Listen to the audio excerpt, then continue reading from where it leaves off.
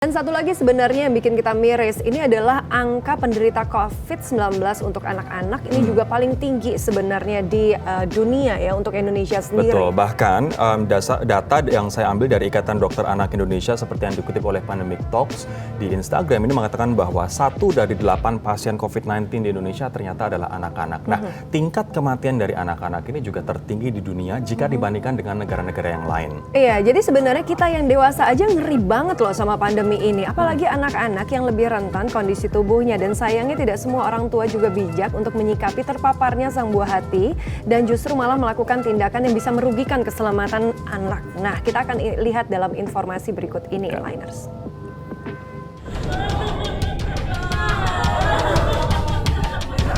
Inliners, bagi beberapa orang mengetahui dirinya terpapar COVID-19 bisa jadi sangat mengejutkan.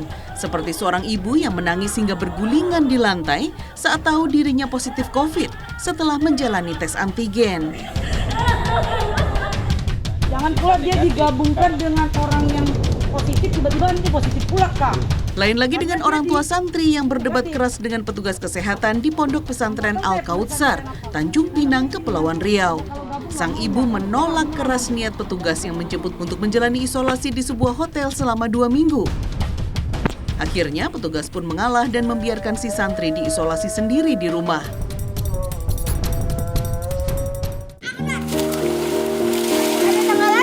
Sama sedihnya dengan pasangan selebriti Hanung Bramantyo dan Zaskia Adiameka yang menghadapi kondisi 2 anaknya dinyatakan positif COVID. Di akun Instagramnya, Zaskia mengunggah foto hasil tes antigen anak-anak dan ART-nya. Ketiganya mengalami demam dan batuk dan harus menjalani isolasi mandiri di rumah mereka di Yogyakarta. Zaskia pun harus menahan rindu dan was-was hingga sempat menangis lantaran tidak bisa memeluk langsung buah hatinya yang sedang sakit. Tidak lagi mampu menahan diri, di hari ketiga Zaskia pun memutuskan untuk membeli APD lengkap demi bisa memasuki kamar anak-anaknya dan mengobrol selama sekitar 10 menit. Mengapa semua menangis? Biasalah. Kondisi yang sama juga pernah dialami Wendy Cagur yang harus terpisah dari anak sulungnya yang diketahui terpapar COVID-19. Januari lalu, Audi, anak sulung Wendy, harus menjalani isolasi mandiri.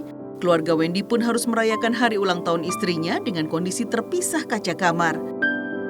Waduh Inliners, kita benar-benar harus memastikan keamanan buah hati kita dari paparan virus COVID yang sekarang terus bermutasi ini. Kita jadi suka heran sih, banyak orang tua yang mengajak anak-anak justru malah ke mall ataupun ke restoran ataupun ke pusat keramaian lainnya. Padahal tadi seperti yang diinformasikan di informasi tadi dan juga dibahas, 1 dari 8 orang yang terpapar COVID-19 di Indonesia adalah anak-anak. Dan tingkat kematiannya cukup tinggi atau fatality rate-nya cukup tinggi, yakni 3-5% dari jumlah orang atau jumlah anak yang terpapar itu. Jadi ini cukup mengkhawatirkan. Ya,